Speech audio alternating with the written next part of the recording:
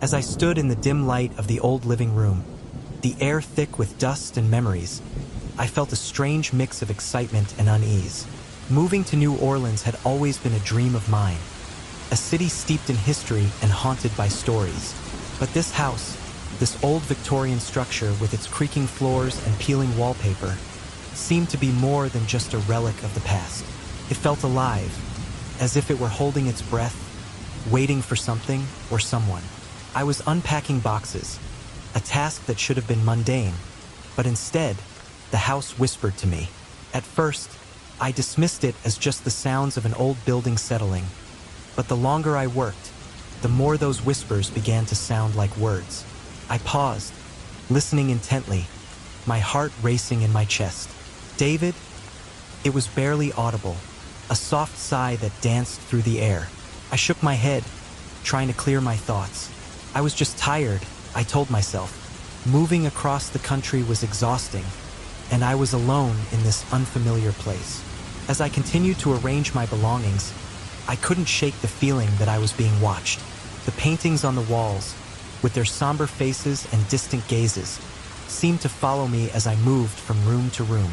I caught myself glancing over my shoulder more than once, half expecting someone, or something, to be standing right behind me. "Get a grip, David," I muttered to myself, forcing a smile. "You're just getting used to the place." Later that evening, my sister Clara arrived to help me settle in. She had always been my anchor, the one who kept me grounded when my imagination ran wild. As she entered the house, her eyes widened with curiosity, taking in the high ceilings and intricate woodwork. "Wow, this place is something else," she exclaimed, her voice echoing slightly in the empty rooms. "I can't believe you found such a gem." I smiled, a little sheepishly. "Yeah, it has character, doesn't it?" Clara looked at me, her brow furrowed. "You okay? You seem a bit distant." "I'm fine," I replied a little too quickly. "Just tired, I guess. It's been a long day." She nodded but didn't seem entirely convinced. "You sure? Because you know I'm here for you, right? If you need to talk or anything." I appreciated her concern, but I didn't want to burden her with my strange feelings about the house. Instead, I changed the subject. "Hey, want to help me unpack? There's a ton of stuff still in boxes." "Of course," Clara said, her eyes lighting up. "Let's tackle that kitchen first. I'll be the chef, you can be my sous chef." We moved to the kitchen, and as we began unpacking dishes and pots, I tried to focus on the task at hand. But the whispers returned, growing louder now, almost insistent. I paused again, trying to catch the words. It was eerie, a melody of voices woven together in a haunting chorus. "Isabel? David?" Clara's voice broke through my reverie. "You're zoning out again. What's going on?" I hesitated, unsure of how to explain it. "I keep hearing something. It's probably just the wind or the pipes. This place is old." Clara studied me, her expression a mix of concern and curiosity. "You sure it's just that? Maybe we should look around, see if there's something weird going on." "No, it's fine. Let's just finish unpacking." I insisted, but I could tell she wasn't convinced. As we continued to work, I felt a chill race down my spine. The whispers had transformed into a more coherent sound, a name that echoed in my mind. Isabel. Who was Isabel? I couldn't shake the feeling that this name held significance, as if it were calling out to me from the depths of the house's history. Clara was humming softly to herself, focused on arranging the kitchen. I watched her for a moment, admiring her determination. She always had a way of making any situation feel lighter. "You know, Clara, I think this house has a story to tell," I said, trying to lighten the mood. "Maybe it's haunted." She laughed, shaking her head. "Haunted? Seriously, David? You're not actually buying into that, are you?" "Maybe not," I replied, though deep down, I felt a flicker of belief. "But there's definitely something about it. I can feel it." "Okay, Mr. Architect," she teased. "Why don't you design an exorcism plan while we're at it? We can call it the haunted house renovation." I chuckled, but the laughter felt hollow. I couldn't shake the feeling that the house was more than just bricks and beams. It was a vessel of memories, perhaps even of pain. That night, as I lay in bed, the whispers returned, louder than ever. David, Isabel. It was a haunting lullaby that wrapped around me, pulling me deeper into an unsettling sleep. I tossed and turned, my dreams filled with visions of a woman with sorrowful eyes, a face that seemed to be both familiar and foreign. I woke up in a cold sweat, the name Isabel still echoing in my mind. The next day, I found myself drawn to the attic, a place I had yet to explore. Clara was at work, and I took the opportunity to investigate the corners of the house that felt most untouched. The attic was cluttered with boxes, old furniture, and a thick layer of dust that had settled over everything. I started to sift through the boxes, hoping to find something that might explain the whispers. As I rummaged through the clutter, I came across an old trunk, its leather cracked and worn. I opened it cautiously, revealing a collection of photographs, letters, and trinkets from another time. My fingers brushed over the items, and I felt a strange connection, as if I were touching the very fabric of the past. Among the photographs, one particularly caught my eye, a painting of a woman with dark hair and hauntingly beautiful eyes. She was dressed in a flowing gown, her expression a mix of longing and sadness. I felt a jolt of recognition, as if I had seen her before. Isabel? I whispered her name, the sound hanging in the air like a prayer. Suddenly, the whispers returned, clearer now, wrapping around me like a fog. David, help me? I stumbled back, my heart racing as the realization hit me. This wasn't just a house filled with memories. It was a place heavy with unresolved grief and longing. I had to know more about Isabel. Who was she? What had happened to her? With determination surging through me, I made my way back downstairs, my mind racing. I needed to uncover the truth about this woman whose name reverberated through the halls. The house felt charged with energy, as if it were urging me to dig deeper. As I reached for my phone to call Clara, I heard a soft thud from the direction of the porch. The sound startled me, my heart pounding in my chest. Clara? I called out, hoping she had returned early, but there was no response. Cautiously, I moved toward the door, my instincts on high alert. I opened it slowly, peering out into the overgrown garden. The sun was setting, casting long shadows across the ground, and I felt an unsettling chill in the air. That's when I saw him, a figure standing at the edge of the yard. He was an older man, his face shadowed by a wide-brimmed hat. Something about him felt familiar yet unsettling, like a character from a story I hadn't read. "Can I help you?" I asked, trying to keep my voice steady. The man turned, his eyes piercing and wise.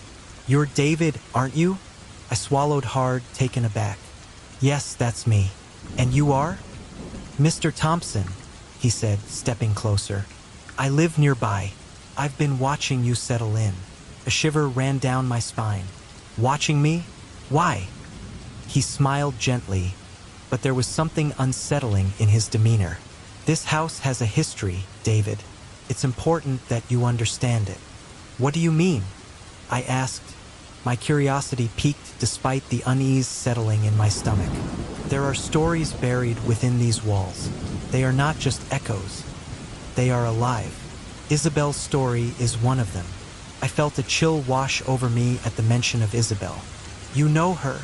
"I knew her well," he replied, his gaze distant as if he were lost in memories. "Her tale is one of love and loss, of bonds that transcend time. But it's also a warning. You must tread carefully." "Why?" I asked, my heart racing. "What happened to her?" He hesitated, his expression growing serious. "The past has a way of trapping us if we're not careful. Isabel was caught in a web of love that turned tragic, and those who come after her may feel the weight of that tragedy." I felt a surge of determination. "I need to know more. Can you help me?" Mr. Thompson studied me for a moment, then nodded slowly. "I can tell you stories, but you must be prepared for what you may find. The truth can be a heavy burden." "I'm ready," I said, my voice steady. "I have to understand this connection." As I stood in the dusty light filtering through the old windows of the house, I felt a shiver run down my spine. The air was thick with the scent of aged wood and something else, something that felt like history. I had moved to New Orleans not just for my work as an architect, but also in search of a fresh start after a particularly grueling year. But little did I know that this house, with its peeling paint and creaking floorboards, held more than just memories of its former inhabitants. It was during one of those quiet afternoons, as I was unpacking boxes in the living room, that I first heard the whispers. At first, I brushed them off as the sounds of the old house settling, but as I focused on the murmurs, I realized they were distinct, almost pleading. It was a name that floated through the air, Isabel. The sound of it sent chills through me, as if I were being drawn into a mystery far deeper than I had anticipated. My sister Clara arrived the next day. She had always been perceptive, and I could see the concern etched on her face as soon as she stepped into the house. "David, are you all right? You look different," she said, her brow furrowed as she took in the disarray of my living space. "I'm fine, Clara," I replied, forcing a smile. "Just getting settled. This place is older than anything I've ever worked on." But as I spoke, I could feel the weight of the whispers still lingering in my mind. I caught her glancing toward the stairway that led down to the basement. "Have you heard anything strange?" she asked cautiously. I hesitated, the memory of the name still echoing in my mind. "Just the usual creaks and groans. You know how old houses are." Clara's eyes narrowed slightly. "It feels different here, doesn't it? Like it has a life of its own." "Maybe it does," I replied with a weak chuckle, trying to lighten the mood. But deep down, I felt the truth of her words.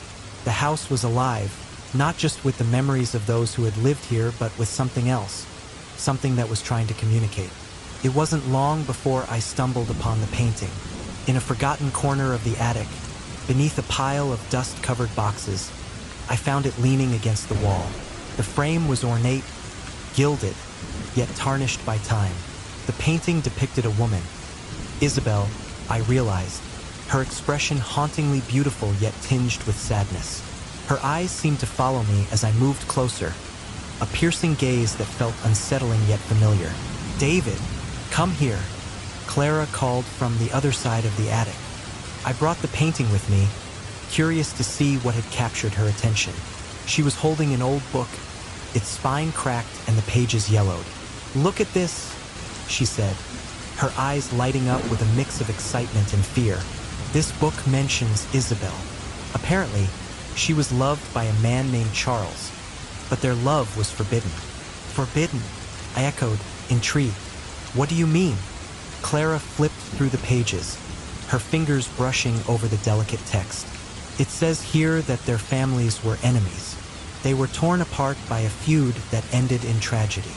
She paused, glancing up at me, her voice dropping to a whisper. "It said that Charles never forgot her. He was accused of something terrible, and Isabel..." She disappeared. The name Isabel echoed in my mind again, the whispers growing louder. I felt a connection forming, not just to the woman in the painting, but to the story Clara was revealing. "What happened to her?" I asked, suddenly desperate to know more. Clara continued, "No one knows for sure. Some say she haunts this house, trapped by the love she never got to fulfill. Others say she's searching for Charles, still waiting for him." As the sun dipped below the horizon, the whispers began to intensify, morphing into something more urgent.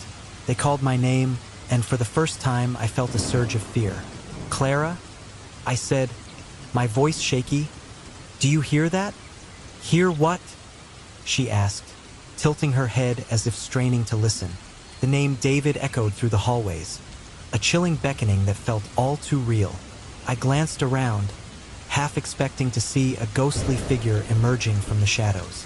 It's trying to warn me about something," I said, unable to shake the feeling that I was being pulled deeper into a mystery I had only begun to understand. "Maybe we should leave this place," Clara suggested, her voice trembling slightly.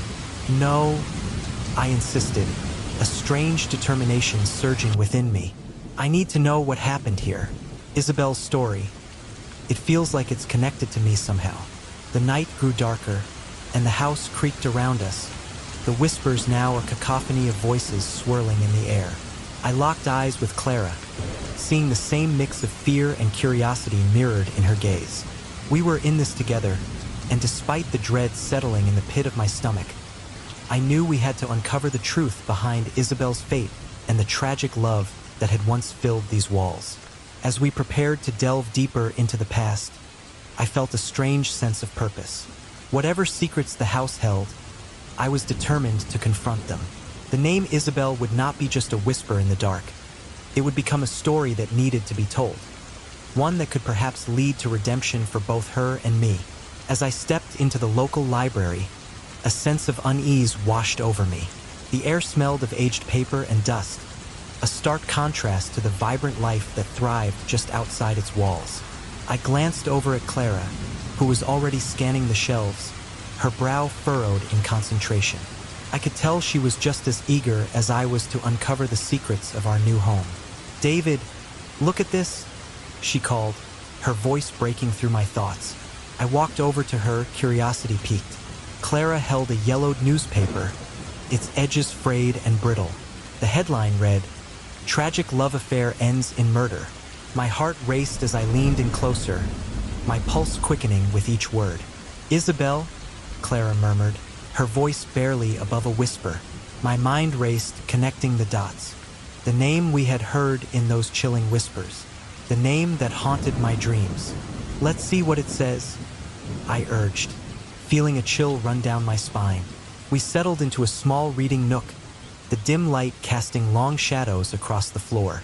Clara unfolded the newspaper with trembling hands, revealing a story that would change everything.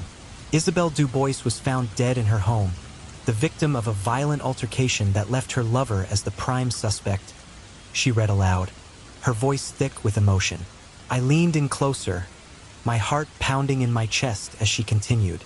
Witnesses claim the couple had been embroiled in a tumultuous relationship, marked by jealousy and passion.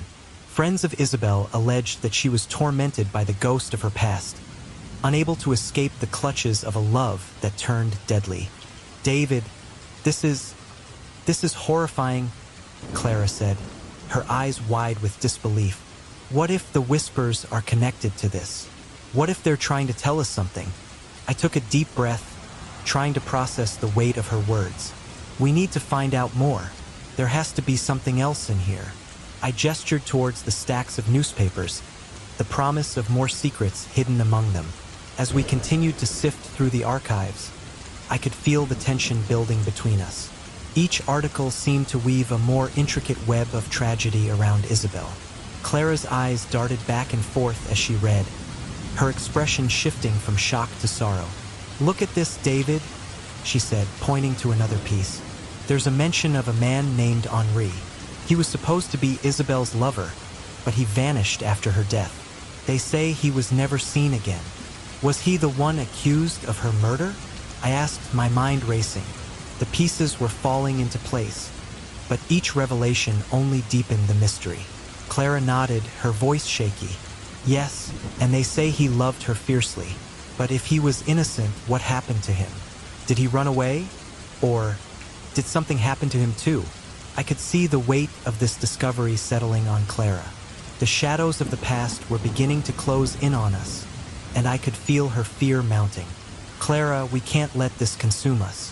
We need to keep moving forward to uncover the truth." She looked at me, her eyes glistening with unshed tears. "But what if this truth is too much for us to bear? What if we're digging up something that was meant to stay buried?" I reached out, gripping her shoulder gently. "We're in this together. Remember, we wanted to understand our new home. This is part of it. We owe it to Isabel, to Henri, and to ourselves." Clara took a deep breath, nodding slowly. "You're right. Let's keep searching." As we delved deeper into the archives, we found more fragments of Isabel's life. Each article painted a picture of a woman tormented by love, bound by a tragedy that echoed through time. The whispers in the house grew louder in my mind as I read about her heartbreak, and I could almost feel her presence surrounding us. "David," Clara said suddenly, her voice a mix of excitement and dread. "I think we need to go back to the house. We need to see if there's anything there that can help us understand what happened." I hesitated, the thought of returning to that eerie house sending a shiver down my spine. But I knew we had to face the past if we ever hoped to escape its shadow. "Okay, let's go. But we need to be careful. Whatever happened to Isabelle and Henri, it's still lingering there." De caminho de volta, o clima pesado nos envolveu e a cidade parecia murmurar segredos em cada esquina. Ao chegarmos à casa, o crepúsculo lançava uma luz suave sobre a fachada desgastada, mas a sensação de desconforto era palpável. Clara e eu trocamos olhares, um entendimento silencioso passando entre nós. Estávamos prestes a confrontar algo muito maior do que apenas os ecos de um amor perdido. Entramos e assim que a porta se fechou atrás de nós, a casa pareceu respirar, como se estivesse viva, esperando pela nossa próxima jogada. Eu podia sentir os sussurros ganhando vida novamente, chamando por nós, implorando para que descobríssemos a verdade. "Vamos para o porão", eu sugere, a ideia de explorar aquele espaço escuro e úmido me deixando inquieto. Mas Clara assentiu, determinada. "Precisamos saber o que está escondido lá." Descemos as escadas, cada passo ecoando nas paredes de pedra. A atmosfera estava carregada, e eu podia sentir a eletricidade no ar. Clara hesitou ao se aproximar de uma velha arca de madeira em um canto. "O que você acha que está dentro?" "Só uma maneira de descobrir", eu respondi, tentando esconder meu próprio medo. Ela puxou a tampa, e um cheiro de mofo e madeira podre invadiu nossas narinas. Dentro, havia objetos cobertos de poeira, cartas desbotadas, fotos antigas e um diário. "David, oh!" Clara exclamou, segurando o diário com as mãos trêmulas. "Isso pode ser uma pista." A adrenalina disparou em mim. "Vamos ler." Sentamo-nos no chão do porão, e Clara abriu o diário, revelando páginas escritas à mão, cheias de desespero e paixão. As palavras dançavam diante de nossos olhos, e a história de Isabelle começou a se desenrolar. Conforme Clara lia, a dor e o amor de Isabelle transbordavam das páginas. Era como se estivéssemos ouvindo sua voz, seu lamento ecoando nas paredes ao nosso redor. Ela realmente amava Henri. "David", Clara disse, sua voz embargada. Mas havia algo mais, algo que a mantinha presa. Eu podia ouvir os sussurros crescendo, e a conexão com Isabelle se tornava mais intensa a cada palavra. "O que se passou entre eles?" eu murmurei, perdido na profundidade do relato. "Eles eram almas gêmeas, mas o destino os separou", Clara respondeu, lágrimas escorrendo por seu rosto. Isabelle estava tão desesperada por ele que isso a destruiu. Aquilo era mais do que apenas uma história de amor. Era um aviso. Os ecos do passado estavam nos cercando, e, enquanto as sombras se aprofundavam ao nosso redor, percebi que estávamos perdendo o controle. O peso da história de Isabelle e Henri estava nos esmagando, e a conexão que havíamos formado com eles estava se tornando uma corrente, puxando-nos cada vez mais para a escuridão. "Precisamos descobrir como isso terminou", eu disse, a urgência em minha voz. "Precisamos entender o que aconteceu com Henri. Isso pode ser a chave para libertar Isabelle, talvez, até nós mesmos." Mas enquanto Clara concordava, eu podia ver a luta em seus olhos. Estávamos em um caminho perigoso, e a linha entre o passado e o presente estava se tornando cada vez mais tênue. "David, e se não conseguirmos? E se isso nos consumir?" "Temos que tentar, Clara. Não podemos deixar que a história se repita", eu afirmei, decidido. E assim, enquanto o sol se escondia atrás do horizonte, nós nos comprometeríamos a enfrentar o que estava escondido nas sombras da casa, determinados a descobrir os segredos que o passado havia enterrado. As I settled into the creaking old house in New Orleans, the air around me felt thick with history, as if the walls themselves were whispering secrets. I had always been drawn to architecture, the interplay of light and shadow, the stories that each structure embodied. But this house was different, felt alive, almost sentient. As I rummaged through the dusty rooms, the sound of my footsteps echoed, mixing with the occasional distant creak of the floorboards. Yet, there was something else, soft murmurs, almost like hushed conversations, wafting up from the depths of the basement. At first, I brushed it off as mere sounds from a dilapidated building. Old houses had a way of talking to you, I reasoned. They creaked and groaned, settling into their old bones. But the whispers kept coming, and I found myself pausing, straining to catch a word or a name. My heart raced when I distinctly heard Isabel slip through the shadows. Who was she, and why did the name resonate like a haunting melody in my mind? Clara, my sister, visited shortly after I moved in. She had always been my anchor, my confidant, but even she seemed to notice the change in me. It was as though I was slipping into a trance, drawn deeper into the house's mysteries. "David, are you okay?" she asked, her brow furrowed with concern. "You seem distant." "I'm fine," I replied, trying to shake off the unease that had settled over me. "Just getting used to the place, I guess." But inside, I felt a strange pull, as if the house was beckoning me to uncover something long buried. Days passed, and the whispers continued, growing louder and more insistent. One evening, I decided to explore the basement, the source of the sounds. The air grew colder as I descended the creaky stairs, and the dim light from my flashlight flickered as if struggling against the darkness. I felt an inexplicable chill run down my spine, my skin prickling with anticipation. In the corner of the room, I noticed a small, dusty canvas propped against the wall. I approached it slowly, and as the light hit the painting, I was struck by the image of a woman, Isabel. Her eyes were filled with sorrow, and her expression seemed to follow me as I moved. I couldn't shake the feeling that she was pleading for something, a silent call that resonated deep within me. "Clara, come here," I shouted, beckoning her down. She joined me, and her eyes widened in disbelief. "Who is she?" Clara whispered, her voice barely audible in the oppressive silence. "I don't know," I murmured, captivated by the painting, "but I feel connected to her." Clara did some digging and discovered that Isabel was once the cherished daughter of a prominent local family. She had been in love with a man from the wrong side of the tracks, leading to a scandal that rocked their world and ultimately ended in tragedy. A love story that had turned into a ghost story, a tale of heartbreak that transcended time. The more we uncovered, the more I felt Isabel's presence. The whispers became clearer, echoing her name, and I couldn't help but feel that she was trying to communicate with me.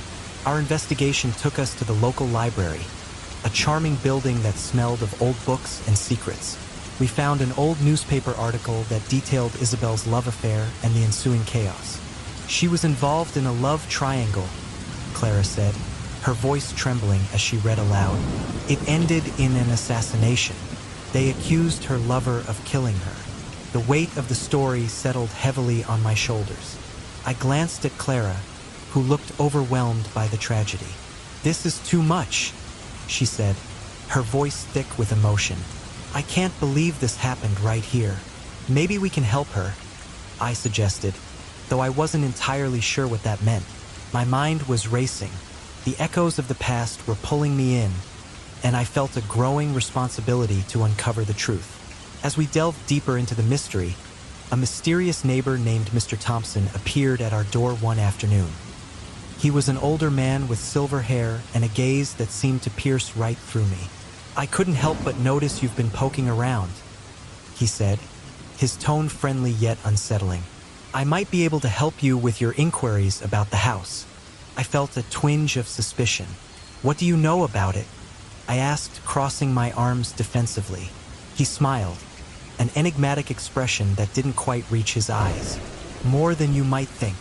This house has a way of holding onto its residents.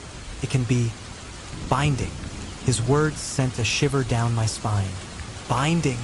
Clara echoed, her curiosity piqued despite the ominous undertones. "Yes," Thompson replied, his voice dropping to a conspiratorial whisper. "Some souls don't leave. They linger, waiting for something to change." I exchanged a glance with Clara, her brow furrowed in thought. "And what are you suggesting?" pressed. Thompson leaned in slightly, his voice barely above a whisper. That perhaps you are not just here by chance. Maybe Isabel needs you. There's a connection between you and her story. Why would you think that? I asked, my heart racing. I felt a mix of intrigue and apprehension. Sometimes the house chooses its residents. It knows their pain, their desires. He paused, gauging our reactions. I can help you understand what binds her to this place. Clara looked at me, her expression torn between fear and fascination. Maybe we should listen to him, she said softly. He knows things we don't. I hesitated, the skepticism gnawing at me. What do you know about us, Mr. Thompson?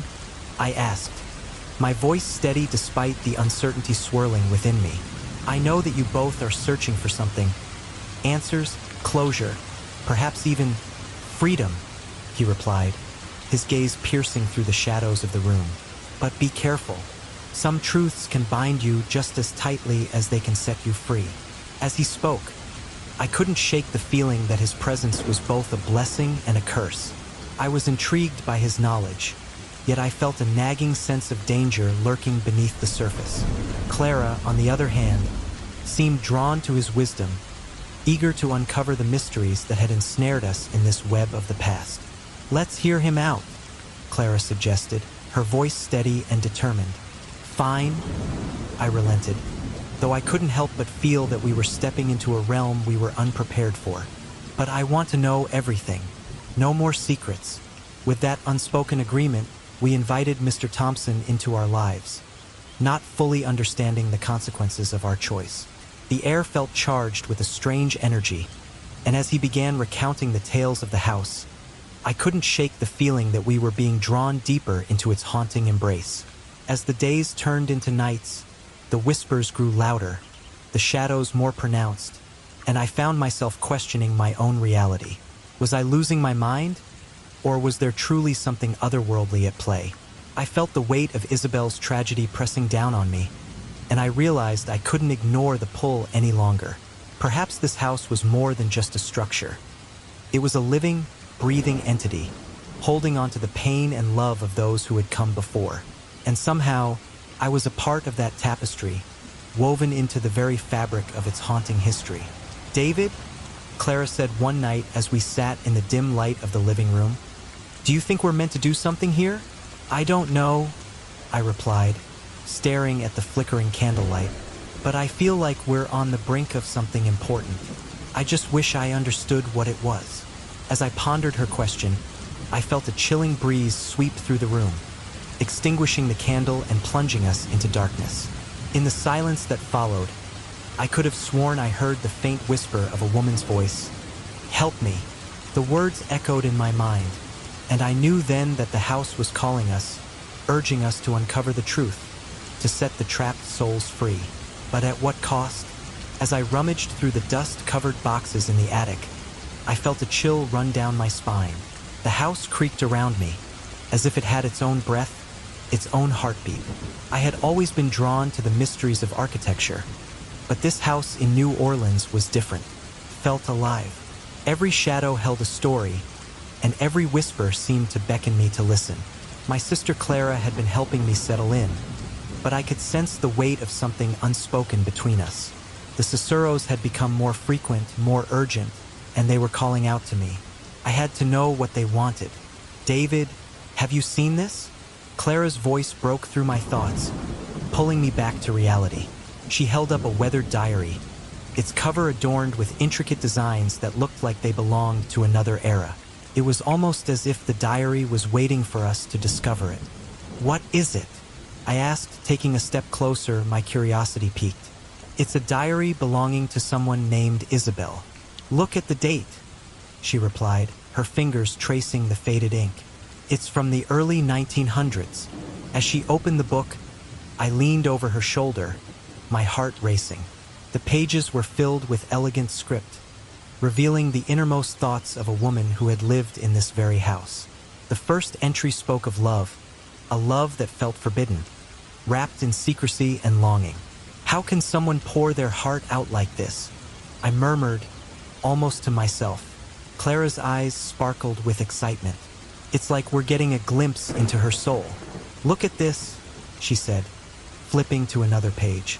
She wrote letters that were never sent, promises of forever, yet shrouded in despair. As we read, I felt the air in the room shift. The Ciceros transformed into clearer voices, echoing Isabel's pain and joy. I don't understand, I said, feeling increasingly unnerved. Why is this here?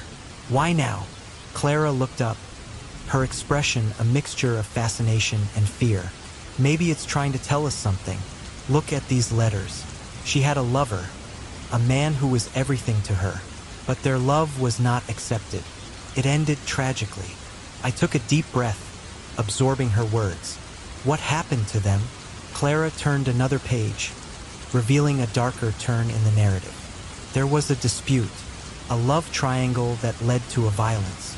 Isabel's lover was accused of murder. It destroyed them both. Her voice trembled as she read the final words of the entry.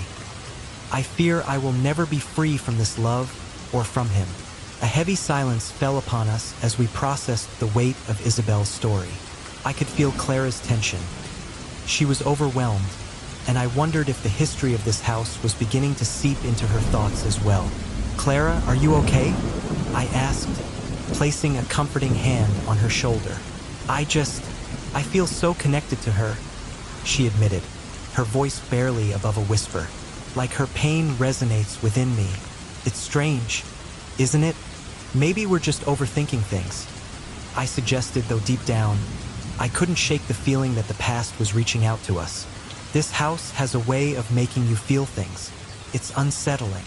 As we continued to read, Clara's expression shifted from fascination to concern. David, what if this isn't just a story? What if we're meant to help her, to resolve whatever happened here? I frowned, suddenly uncomfortable with the idea. What do you mean? We can't change the past. All we can do is learn from it. But what if learning about it is the first step? Clara replied, her eyes brightening with determination. What if the Ciceros are her way of asking for help? We owe it to her to try. Her words hung in the air, and I found myself torn between my rational mind and the strange pull of the house. I don't know, Clara. This is all too much. She took a deep breath, her gaze steady. We have to confront it. We can't just ignore the pain that still lingers in these walls. We owe it to Isabel and to ourselves. I nodded slowly, the weight of her conviction settling on my shoulders. All right, let's figure out how we can honor her memory. But we have to be careful. Whatever happened here was intense.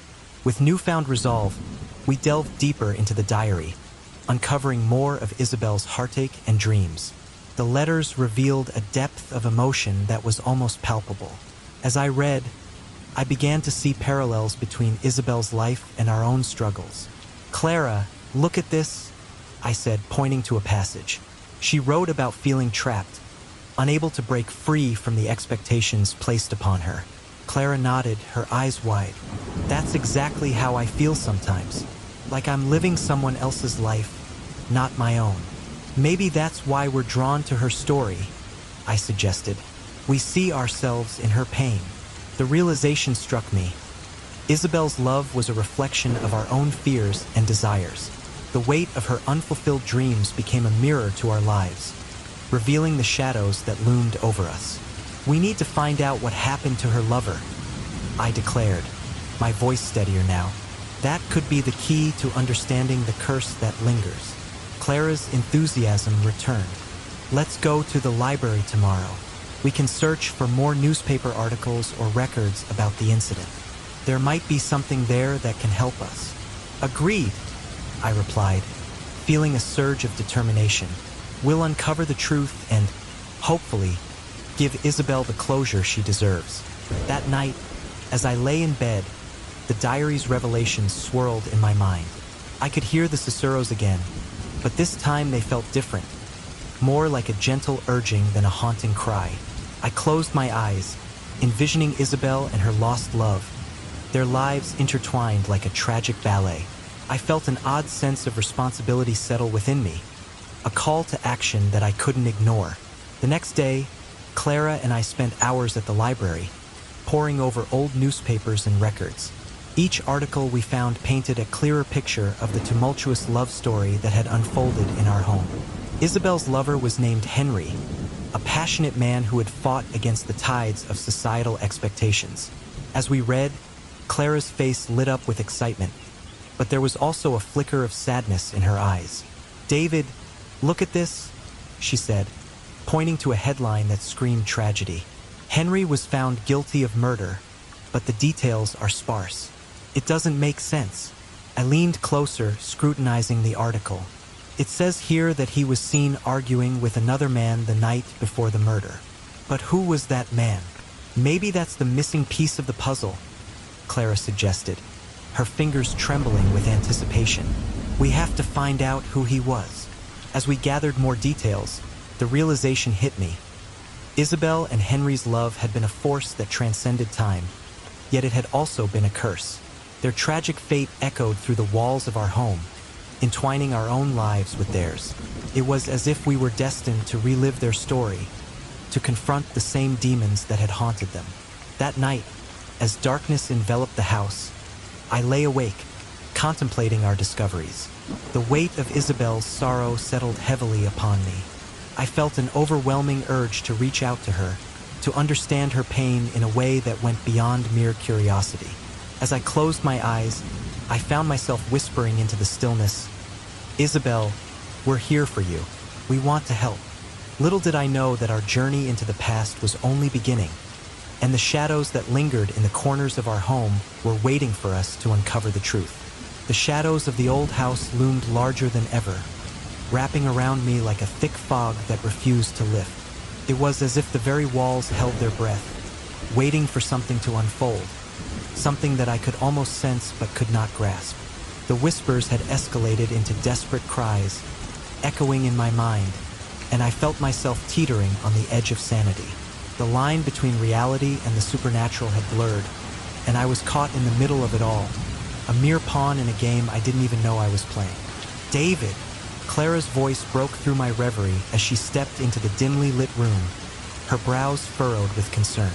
She had been my anchor, the one person who kept me from drifting too far into the abyss.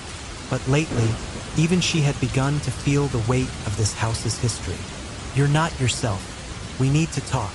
I turned to face her, trying to shake off the fog that clouded my thoughts. "I'm fine, Clara. Just a bit tired. That's all." I offered her a weak smile, but even I could see the cracks forming in my facade. "No, you're not fine. You're jumpy, and those whispers, they're getting louder. I can hear them too."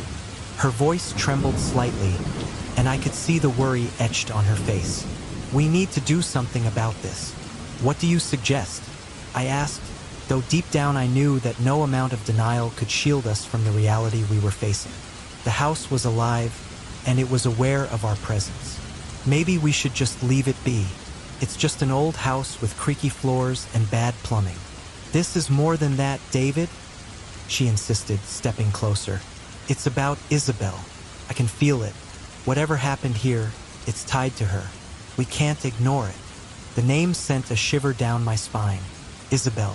Each time I heard it, the whispers in my mind seemed to weave her name into a tragic tapestry, a story woven with heartbreak and longing.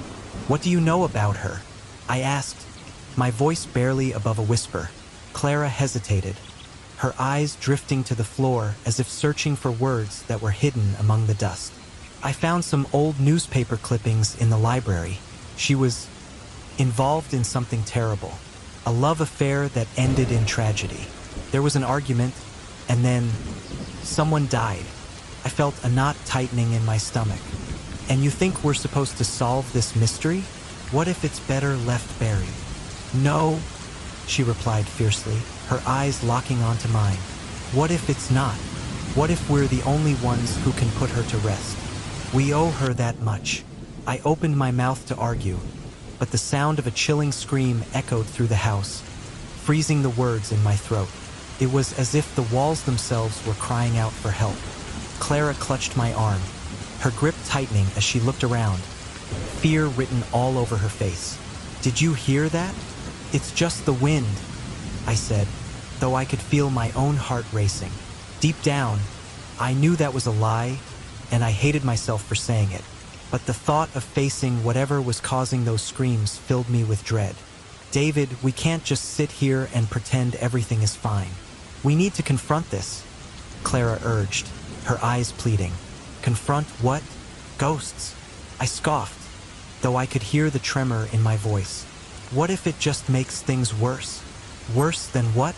Losing our minds? Because that's where we're headed if we don't do something. She stepped back, frustration clouding her features. I can't stand by and let this house consume you. I sighed, running a hand through my hair. Okay. What do you want to do? I think we should try to reach out to her. Maybe she needs us to understand her story. Maybe that's why she's still here. Clara's determination was palpable, and I couldn't help but admire the strength she exuded in the face of fear. Reach out? Clara, how do you propose we do that? I asked, skepticism dripping from my words. She glanced around the room, as if searching for inspiration. I don't know. Maybe we can set up a space for her, a way to communicate. Light some candles, say some words. Like a seance. I grimaced at the thought. You really think that's a good idea? It's worth a shot, she said, her voice softening. We could at least try. I looked into her eyes, the resolve shining through the fear. How could I deny her this? Maybe it was the only way to silence the screams that haunted us both. All right, let's do it. But I'm not promising anything. As we gathered candles and set them in a circle on the living room floor, I felt a mix of anticipation and dread. The air felt electric, charged with something I couldn't quite name. Clara lit them one by one, the flickering flames casting dancing shadows across the walls. Is this really going to work? I asked, kneeling beside her. We won't know unless we try, she replied, her voice steady as she placed a small mirror in the center of the circle. This will help us focus our energy. Focus our energy? I echoed, feeling ridiculous. This isn't some sort of magic ritual, Clara. Maybe not, but it's our way of showing her we care, she said earnestly. We just need to be respectful. I watched as she closed her eyes, her brow furrowed in concentration. Isabel, if you can hear us, we want to help you. Please, show us what you need. The room fell silent, the only sound the soft crackle of the flames. I could feel the weight of the moment pressing down on me, and an uneasy feeling crept into my chest. Clara, I don't think this is a good idea. Suddenly, a gust of wind rushed through the room, extinguishing one of the candles. I flinched, my heart racing. Did you feel that? Clara opened her eyes, her expression a mix of fear and curiosity. Yes, it's like she's here with us. The shadows in the room seemed to pulse, and I could hear the whispers again, clearer this time. A chorus of voices merging into one. David, okay, this is getting insane, I muttered, glancing around as if expecting something to leap out at me. Maybe we should stop. No, we're close. I can feel it, Clara insisted, her eyes wide with excitement and terror. Isabel, show yourself. In that moment, the room grew colder, and I could see my breath misting in front of me. The mirror in the center of our makeshift circle began to shimmer, and a figure slowly emerged within its depths. A woman with long dark hair and a sorrowful gaze. Isabel, Clara breathed, tears welling in her eyes. I felt my heart race as I stared at the apparition. This is insane. We need to go. But Clara reached out towards the mirror, her voice trembling. Isabel, we're here to listen. We want to help you find peace. The figure seemed to nod, and the air crackled with energy. I felt the weight of the past pressing in on me, the secrets of the house clawing to be set free. David? The voice was soft, almost a whisper, but it resonated with a deep sadness that echoed in my bones. Help me? Clara, we have to. I started, but the world around us began to spin, the shadows swirling like a tempest. David! Clara screamed, gripping my arm tightly as the temperature dropped further. Stay with me. I'm trying, I shouted back, but the darkness was creeping in, threatening to swallow us whole. We need to go. Now. Not until we understand, she cried, her eyes fixed on the figure in the mirror. Isabel, please, what do you want from us? The figure's face contorted with anguish, and I could feel the pulse of despair radiating from it. Trapped? Forever? Love lost? What does that mean? Clara pressed, her voice shaking. You need to tell us. Love must be freed. Isabel's voice was barely audible, a haunting melody that wrapped around my heart. Suddenly, the mirror shattered, the shards flying in all directions. I ducked instinctively, pulling Clara down with me. What the hell is happening? We need to leave. David! No! Clara shouted, her voice cutting through the chaos. We can't give up now. We're so close. I could feel the energy shifting, the air thick with something palpable. We can't help her if we're dead. I yelled, my voice raw with panic. Stay with me, Clara pleaded, her grip tight. We can do this together. But the darkness was closing in, the whispers growing louder, morphing into a cacophony of despair. David, help me. No, I don't want to hear you. I cried out, my heart pounding in my chest. I can't take this anymore. And then, in that moment of desperation, something snapped inside me. I turned to Clara, my voice breaking, as the sun dipped below the horizon, painting the sky with hues of orange and purple. A sense of impending doom enveloped me. The shadows in the house seemed to stretch and twist, whispering secrets I was desperate to understand. Clara and I stood in the dimly lit living room, our breaths mingling with the heavy air, charged with the energy of what we were about to undertake. Do you really think this will work? Clara asked, her voice barely above a whisper. I could see the uncertainty flickering in her eyes, mirroring my own doubts. We have to try, I replied, trying to keep my voice steady despite the tremor in my hands. If we don't confront whatever is haunting this place, it will only get worse. Those whispers, they've turned into screams. I can't take it anymore. Clara nodded, her resolve hardening as she glanced around the room, as if the very walls were conspiring against us. Right? Let's do this. For Isabel. For ourselves. We gathered the items we believed would aid us in our ritual. A few candles, a bowl of water, and some salt, the latter of which Clara had insisted would protect us from malevolent spirits. I arranged them on the old wooden table, the surface worn and scarred from years of neglect. A chill crept through the room as I lit the candles, their flickering flames casting eerie shadows that danced across the walls. Where do we start? Clara asked, her brow furrowed in concentration. We need to call out to the spirits, I said, my voice steadier now. We need to let them know we're here to help. Clara took a deep breath and closed her eyes, centering herself. Isabel, she began, her voice soft yet resonant. We understand your pain. We're here to listen. Please, show us what we need to know. The air around us thickened, and I felt a rush of wind as if the house itself exhaled.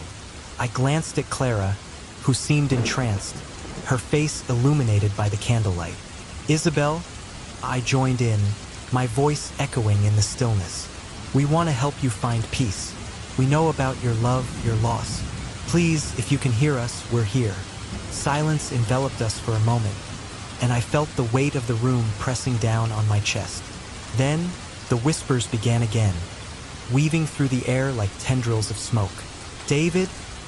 A voice murmured, barely discernible but full of yearning. Did you hear that? Clara's eyes flew open, wide with a mixture of fear and determination. Yes, I breathed, feeling a chill run down my spine. It's her. Isabel, we're trying to help you, Clara called out, her voice gaining strength. We want to understand your story. Please, let us in. The whispers grew louder, a cacophony of voices swirling around us, and I struggled to focus. What do you want? I shouted, desperation creeping into my tone. What do you need from us? Suddenly, the temperature dropped, and the candles flickered violently. Shadows flitted across the walls, and I felt a presence, a heaviness that wrapped around us like a shroud. Clara shivered beside me, and I could see her resolve wavering. Stay with me, I urged her, grabbing her hand. We can't give up now. David, she started.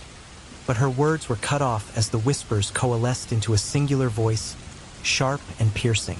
Love, lost, bind. It echoed through the room, and I could feel the anguish behind those words. I closed my eyes, trying to center myself amid the chaos. What binds you to this place? I asked, my voice steady. What do you need to be free? A silence followed, thick and oppressive, and then the specter of Isabel appeared before us. She was ethereal, her figure shimmering like a mirage, but the sorrow in her eyes was palpable. I felt Clara tighten her grip on my hand, her warmth grounding me. Help me release. Isabel's voice was a haunting melody, laced with despair. Love lost, love forgotten. Isabel, I spoke softly, my heart aching for her. We want to help you find peace, but we need to understand. Who do you need to release? Your lover? The one who betrayed you? Her expression shifted, a flicker of pain crossing her face. He lost himself. Who? Clara implored, stepping forward. Tell us who he is. We can help you. You're not alone anymore. Thompson? Isabel's voice broke, and for a moment, I saw the flicker of hope in her eyes. He must remember. Mr. Thompson? I murmured, the pieces of the puzzle clicking into place. The neighbor? He knows your story. Find him, release. Isabel's form began to fade, her words trailing off into the ether. Wait, I shouted, desperation clawing at my insides. Isabel, don't go. We need to know more. But she vanished, leaving us in the dim light of the candles, the air thick with unfulfilled longing. What just happened? Clara breathed, her voice trembling. She wants us to find Thompson, I said, my mind racing. He's the key to her freedom. But how do we find him? Clara looked around, panic flickering in her eyes. What if he doesn't want to help? We have to try, I replied, the urgency of the moment propelling me forward. If he's truly connected to this, then maybe he can help us break the cycle. Clara's gaze met mine, determination igniting in her eyes once more. Then let's go. We can't leave her like this. With a shared nod of resolve, we extinguished the candles and stepped out into the cool night air, the weight of the house's secrets heavy on our shoulders. The moon cast a silvery glow on the path as we made our way to Mr. Thompson's house, our hearts pounding with the gravity of what lay ahead. As we approached his door, I felt a mix of trepidation and hope. Clara knocked softly, and we stood there, the night enveloping us in its quiet embrace. Moments felt like hours as we waited, the weight of Isabel's pain driving us forward. Finally, the door creaked open, revealing Mr. Thompson with a bemused expression. What brings you two here at this hour? He asked, his eyes narrowing slightly as he took in our anxious faces. Mr. Thompson, I began, my voice steady despite the turmoil within. We need to talk. It's about Isabel. His expression shifted, the warmth in his eyes dimming to something more guarded. Isabel? Why are you bringing her up? Because we believe you can help us. Clara interjected, her voice firm. She's trapped, and we think you know why. Mr. Thompson's gaze flickered with a mix of recognition and resistance. You shouldn't be meddling in things you don't understand. Isabel's story is filled with pain and regret, a burden that should remain buried. We can't bury it anymore. I insisted, my heart racing. If we don't confront this, it will consume us. We need to know what happened between you and her. He hesitated, the weight of his past pressing down on him. Isabel was everything to me, he finally confessed, his voice barely above a whisper. But I lost her, and in doing so, I lost myself. Then help us, Clara urged, stepping closer. Help us free her spirit. She needs closure, and so do you. His eyes bore into mine, and I could sense the turmoil within him. Finally, with a resigned sigh, he relented. Very well. If you're willing to face the truth, then I will help you. but know that the path we tread is fraught with danger. Together, I said firmly, glancing at Clara, we can face whatever comes. As we stepped inside his home, I felt a mix of fear and hope. The fog of Isabel's past hung heavily in the air, and I knew that our journey was far from over. But in that moment, as we prepared to uncover the truth, I felt a flicker of possibility, a chance for healing, for redemption. And for the first time in a long while, I felt like we were finally on the brink of breaking free from the chains that bound us to the tragedies of the past. The night was thick with an unsettling silence, as if the very walls of the old house were holding their breath. I stood in the dimly lit living room, the flickering light from a single candle casting eerie shadows that danced across the peeling wallpaper. My heart raced. I could feel the tension in the air, like static before a storm. Clara had retreated to her room, leaving me alone with my thoughts and the chilling echoes of the whispers that had tormented me for days. Suddenly, a knock on the door broke the stillness, and I felt a jolt of anxiety. I was not in the mood for visitors, especially not after the day we had. But as I opened the door, I was met with the sight of Mr. Thompson, the enigmatic neighbor who had been watching us since we moved in. He stood there, his tall figure silhouetted against the pale moonlight, the corners of his lips curled up in a knowing smile that sent a shiver down my spine. "Good evening, David. I thought I might check in on you," he said, his voice smooth and deep, like the murmur of a river. "Evening, Mr. Thompson," I replied, attempting to mask my unease. "What brings you here at this hour? I couldn't help but notice how absorbed you seem in the history of this house. It's a treasure trove of stories, if only one knows where to look," he said, stepping into the room uninvited. My instincts screamed at me to ask him to leave, but curiosity held me captive. "You seem to know a lot about it. What do you mean by stories?" "Ah, stories." He leaned against the wall, his gaze piercing as he studied me. "The past is never truly dead, you know? It lingers, waiting for someone to unravel its threads. Like the soul of Isabel." I felt a chill wash over me at the mention of her name. The whispers had only grown louder since Clara found that painting, and now I could feel the weight of Isabel's tragedy pressing down on me. "What do you know about her?" I asked, my voice barely above a whisper. "Isabel was a woman of great beauty and even greater sorrow," he began, his voice dropping to a conspiratorial tone. "She was caught in a web of love and betrayal, and her story is entwined with this very house. But her spirit is restless." "Restless? What do you mean?" I pressed, my curiosity piqued despite my better judgment. "Her lover betrayed her, and in her despair, she sought solace in the shadows. The house has a way of holding on to such pain, you see. It traps the souls that linger, binding them to the very walls that witnessed their tragedies." I swallowed hard, feeling a knot of fear tighten in my stomach. "Is that what's happening to me? Am I trapped here, too?" Mr. Thompson's expression softened, a flicker of sympathy crossing his features. "Not trapped, David, connected. You've opened a door to a past that refuses to fade. The whispers you hear, the shadows you see, they are all part of Isabel's story, and perhaps your own." "Why are you telling me this?" I asked, suspicion creeping into my voice. "What do you gain from it?" He stepped closer, his eyes narrowing as he scrutinized my expression. "I have my reasons, but know this. The past is a double-edged sword. To liberate one soul may mean sacrificing another. And sometimes, those who seek the truth find themselves facing their greatest fears." "What are you getting at?" I felt my heart thudding in my chest, a mix of dread and anticipation. Isabel's lover was not just a man. He was a choice that echoes through time. And you, dear David, may find that your own choices are entwined with hers. He paused, allowing his words to sink in. "You must decide what you are willing to sacrifice to break the cycle." "Sacrifice?" I echoed, my mind racing. "What do you mean? What do I have to do?" "You must confront the darkness that binds you both, Isabel and yourself. You are drawn to this house for a reason, but the truth may be more painful than you anticipate." He took a step back, his demeanor shifting from ominous to almost melancholic. I cannot tell you what path to choose, but I can guide you if you wish.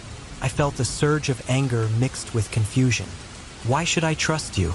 You came out of nowhere, spouting cryptic warnings. For all I know, you could be one of the spirits haunting this place. Perhaps I am, in a sense, he replied, his voice tinged with sadness.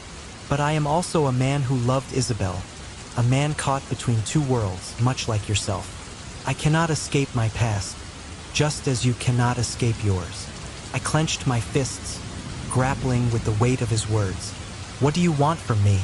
Closure, he said simply. For her, for myself, and for you. I have watched you and Clara navigate this labyrinth of emotion and history, and I believe you both have the power to end it. But it will require facing the truth. The real truth behind Isabel's sorrow and the choices that led to it. As I considered his words, I felt a strange sense of kinship with this man. His pain mirrored my own, and perhaps we were both prisoners of a past we did not fully understand. How do we do that? I asked, my voice steadier now.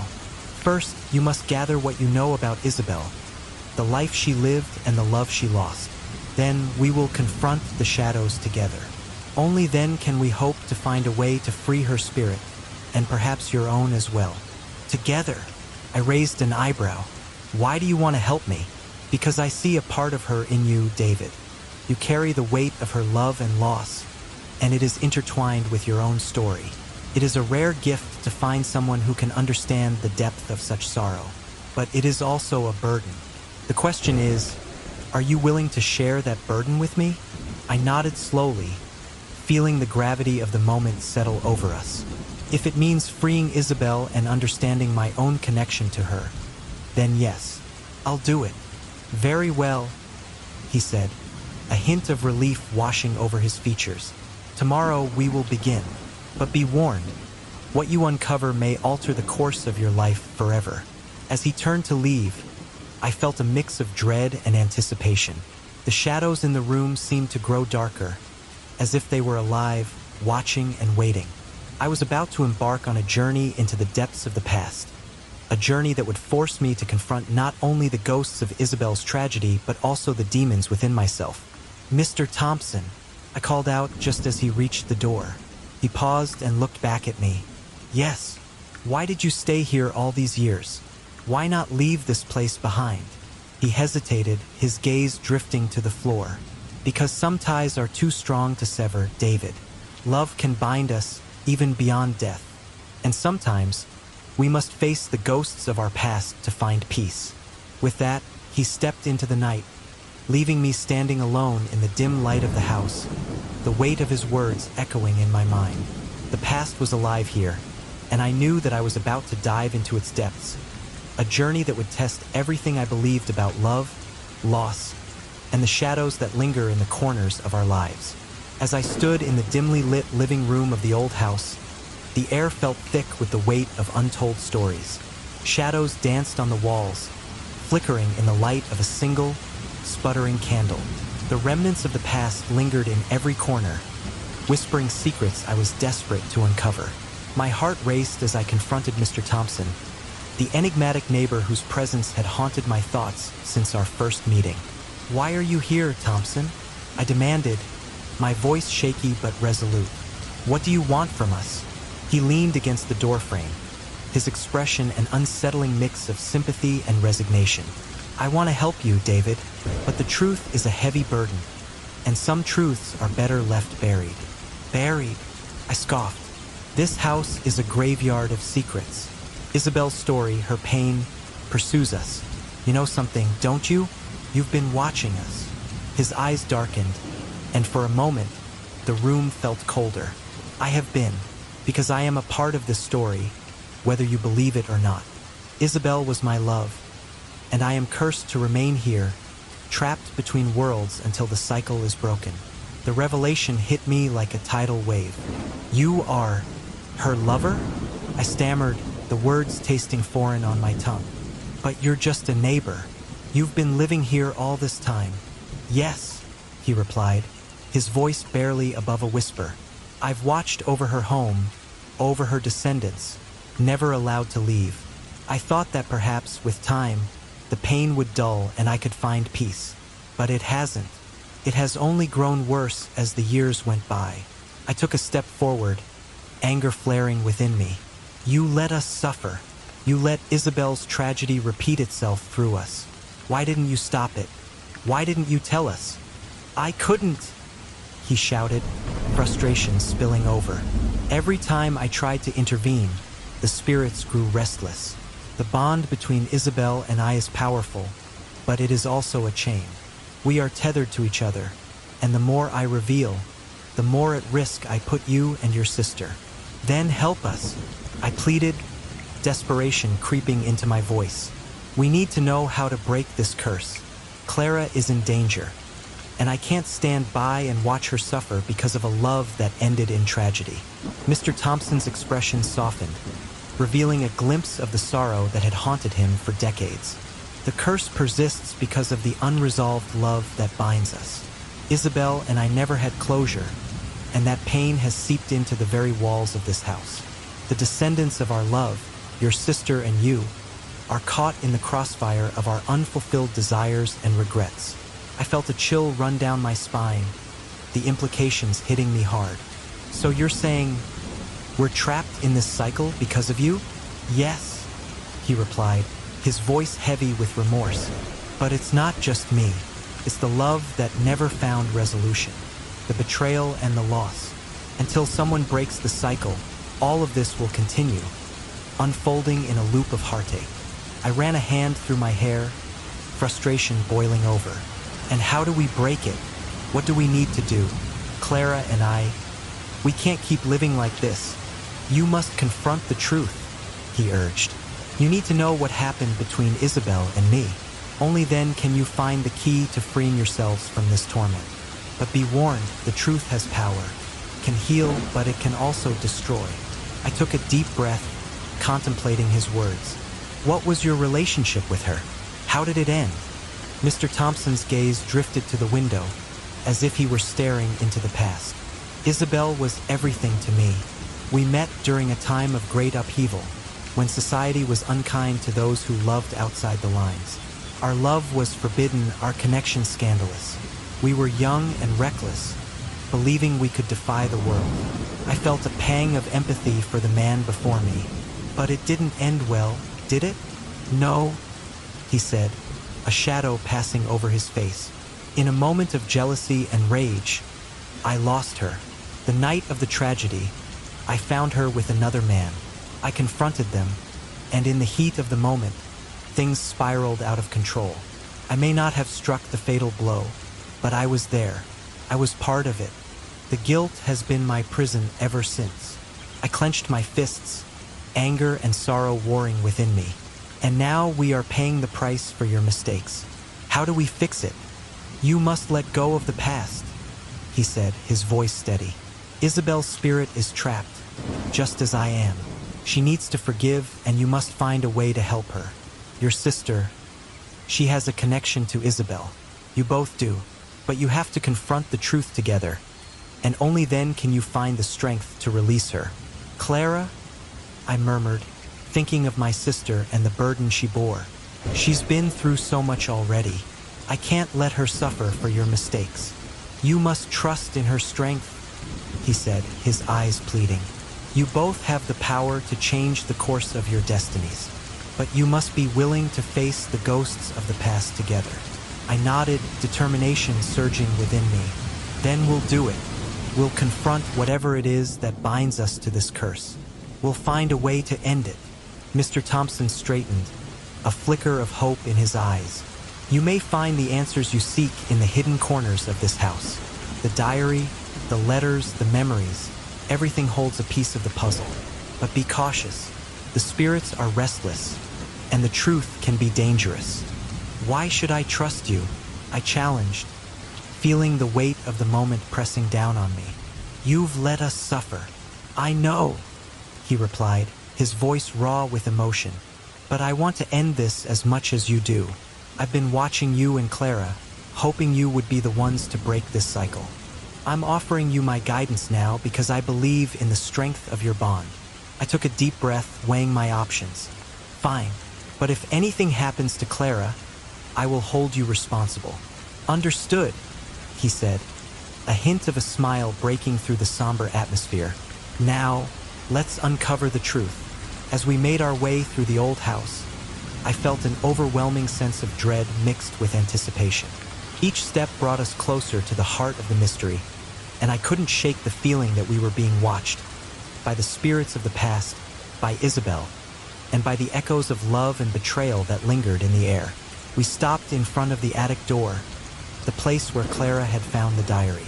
"This is where it all began," I said, my voice barely above a whisper. "Indeed," Mr. Thompson replied, his expression serious. "The answers lie within these walls. You must be prepared for whatever you find." I nodded, steeling myself for the revelations that awaited us. As I pushed open the door to the attic, a rush of cold air enveloped us, carrying with it the scent of dust and forgotten memories. The room was dimly lit, and the shadows seemed to dance with anticipation.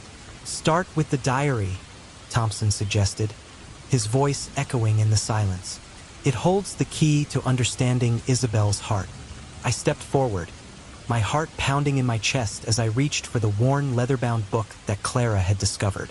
As I opened it, the pages crinkled under my fingers, revealing the delicate, flowing script of a woman's hand. "My dearest Thompson," I read aloud, feeling the weight of the words. "In the stillness of the night, when the world is asleep, I think of you. I think of the love we shared and the dreams we wove together. But fate has conspired against us, and I fear we are doomed to be apart forever." A lump formed in my throat as I continued reading, the pain and longing in Isabel's words resonating deeply within me. It was as if I could feel her presence, her sorrow wrapping around me like a shroud. "I cannot bear the thought of losing you, yet our love is a secret that cannot be revealed. I am torn between my heart and my duty." "Duty?" I murmured, glancing up at Thompson. "What duty?" "Her family," he replied, sorrow etched across his features. "They would never have accepted our love. It was a time of strict societal norms, and any deviation from the path was met with harsh consequences." I continued reading, captivated by the raw emotion pouring from the pages. "Every day, I wake with the hope that we will find a way to be together, but the weight of the world presses down on my heart. I fear that one day, I will have to choose between my love for you and my family's expectations." As I read, I could sense the deep connection between Isabel and Thompson, a bond forged in love yet shackled by the chains of their reality. I could feel their pain resonating through time, echoing in my own life and in Clara's. If only I could find the courage to defy the world. The air was thick with an unnatural intensity as I stood in the center of the dimly lit living room, shadows dancing ominously across the walls. Clara, my sister, was beside me, her eyes wide with a mix of fear and determination. The old house creaked around us, its whispers now transformed into an overwhelming cacophony, each ghostly voice clamoring for attention, each echoing sorrow gripping my heart with icy fingers. This was it, the moment we had both dreaded and anticipated. We were about to confront the very essence of the tragedy that had ensnared us. "David, are you ready?" Clara's voice trembled slightly, but her resolve burned brightly. She looked so fragile standing there, yet I could sense an inner strength that had emerged over the course of our harrowing journey. I nodded, though my throat felt dry and my heart raced like a frightened bird trying to escape a cage. "I need you to promise me something," I said, taking her hands in mine, feeling the warmth of her skin against the chill that permeated the room. "No matter what happens, we stick together. We face this as a team." "Of course," she replied, squeezing my hands tightly, her gaze locking onto mine. "We've come this far. We can't turn back now." As we began the ritual, I felt the weight of history pressing down on us. The flickering candles cast elongated shadows that seemed to reach for us, as if the house itself was alive, watching with bated breath. Clara stepped forward, placing an offering of flowers on the table, a tribute to the spirits we were about to invoke. "Isabel," she whispered, her voice barely above a breath. "We're here to help you. We want to set you free." The air grew colder, and I could almost hear the mournful sigh of a woman echoing through the room. My heart pounded in my chest as I took a deep breath, trying to steady myself. "Isabel, we know your story. We know the pain you endured. We want to understand. We want to help you find peace." Suddenly, the atmosphere shifted. A gust of wind swept through the room, snuffing out a couple of candles. The remaining flames flickered wildly, casting erratic shadows that danced like specters. Clara gasped, and I felt an electric charge pulsating through the air, sending shivers down my spine. "David," she said, her voice rising with urgency. "I can feel her. She's here." With that, the room trembled, and the walls seemed to resonate with a deep, mournful wail that echoed through the very bones of the house. I swallowed hard as I felt the ground shift beneath me, as if the past was clawing its way back to the surface. "Isabel," I shouted, my voice almost swallowed by the chaos. "We're here. We want to help you." As if in response, I felt a rush of energy swirl around us, wrapping around Clara and me like a thick fog. It was both terrifying and exhilarating. I turned to Clara, her face illuminated by the flickering light, and I saw her eyes glistening with unshed tears. "Clara, do you feel that?" I asked, my voice strained. "It's like she's trying to communicate." "I do," she whispered, taking a step closer to the center of the room. "It's as if her pain is interwoven with ours. I can feel her love, her desperation." The shadows began to coalesce, forming a hazy figure in the corner of the room. My breath caught in my throat as I recognized the sorrowful face of Isabel, her expression hauntingly beautiful yet filled with profound sadness. "Isabel, we know about your love," I said, my heart racing as I stepped closer. "We know about the tragedy that bound you to this house. Please, tell us what you need. Let us set you free." For a moment, her ethereal figure flickered, as if she were struggling against an unseen force. The whispers in the room escalated, a mix of anguish and longing that filled the air like a dense fog. Clara reached out instinctively, her hand trembling as she tried to connect with the spirit. "Isabel, we're here for you," Clara called out, her voice breaking slightly. "We want to help you find peace. Don't be afraid." The figure of Isabel seemed to waver, her eyes glistening with tears that mirrored Clara's own. You cannot understand," she whispered, her voice a haunting echo that filled the room. "My love was taken from me, and I am bound to this place until the truth is revealed. Then let us help you reveal it," I implored, desperation lacing my voice. "We can't do this alone. We need to understand the full story. What happened to you, Isabel?" The shadows around us thickened, swirling in a tempest of emotions. I could feel the weight of her sorrow pressing down on us, and I glanced at Clara, whose eyes were wide with understanding. "Isabel, we must know the truth to break the cycle," Clara said, her voice steady despite the fear that hung in the air. "What do you need from us?" The spirit's gaze intensified, locking onto Clara, and I could see a flicker of recognition in her eyes.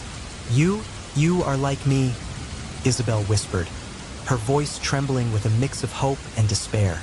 "You carry the same burden of love, but I cannot move on without confronting the past. My lover's betrayal, it binds me here." "Who was he?" I asked, my heart racing. "Is it the man we met, the neighbor, Mr. Thompson?" "Yes," she replied, her voice barely a whisper, filled with sorrow. "He is my lost love, trapped between the realms. He cannot let go, and neither can I." A heavy silence filled the room, the weight of Isabel's words hanging in the air. "You must choose," she continued, her gaze piercing through me. "Either save him or save yourself. You cannot do both." "What do you mean?" I asked, confusion swirling in my mind. "We can help both of you." But as I spoke, I felt a deep sense of foreboding. The house trembled as if it were responding to the tension between the spirits. Clara looked at me, her face pale. "David, I think I understand," she said slowly. "Isabel's love for Thompson is what binds her here. but we're also bound by our own connections and our own love. Clara, what are you saying? I stammered, panic rising in my chest. We can't let Isabel remain trapped. I know, she replied, her voice steady but filled with emotion. But maybe the only way to truly help her is to confront our own feelings, our own fears. As the shadows began to swirl violently around us, I felt a surge of power and pain. Clara stepped forward, her expression resolute. Isabel, she called out, her voice rising above the tumult. I know you're scared, but I can feel your love, and I can feel my own. We can help each other break this cycle of pain.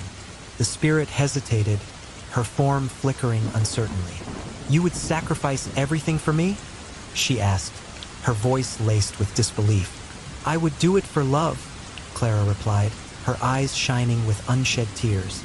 Just as you did for Thompson. Let us free you so you can finally find peace. The room fell silent, the air thick with anticipation. I felt an overwhelming sense of urgency as I realized the truth of Clara's words. Clara, no. I shouted, panic surging through me. You can't. I won't let you sacrifice yourself. But she turned to me, her eyes fierce and determined. David, this is the only way. I can feel that my love for you is connected to this tragedy. I must confront it. I must confront Isabel's pain. Clara, please, I cried, desperation clawing at my throat. I can't lose you, but she shook her head, her expression unwavering. You won't lose me. We're bound by love. Remember? I'm not afraid. I want to be free. In that moment, something shifted within me. I realized that Clara was right. The love we shared was intertwined with the very essence of this tragedy. It wasn't just about freeing Isabel. It was about liberating ourselves from the shadows that loomed over us. Together, then, I said, my voice firm, we'll face this together, and we'll find a way to break the cycle. Clara nodded, and I could see the determination in her eyes. We turned to Isabel, who watched us with a mix of hope and despair. We're ready, I declared, my heart racing. We'll confront the truth together. As we joined hands, I felt an electric energy coursing through us. The shadows began to swirl around us, forming a vortex of emotions that pulled at my very soul. Isabel, show us, Clara shouted, her voice cutting through the chaos. Let us help you find peace. In an instant, the room exploded with light, and we were engulfed in a blinding white glow. I could feel the presence of Isabel surrounding us, her pain and love intertwining with our own. The past unfolded before us, revealing the truth of her tragic love story, the betrayal that had bound her to this world. David, Clara's voice broke through the tumult. I can feel it. We're breaking the cycle. As the light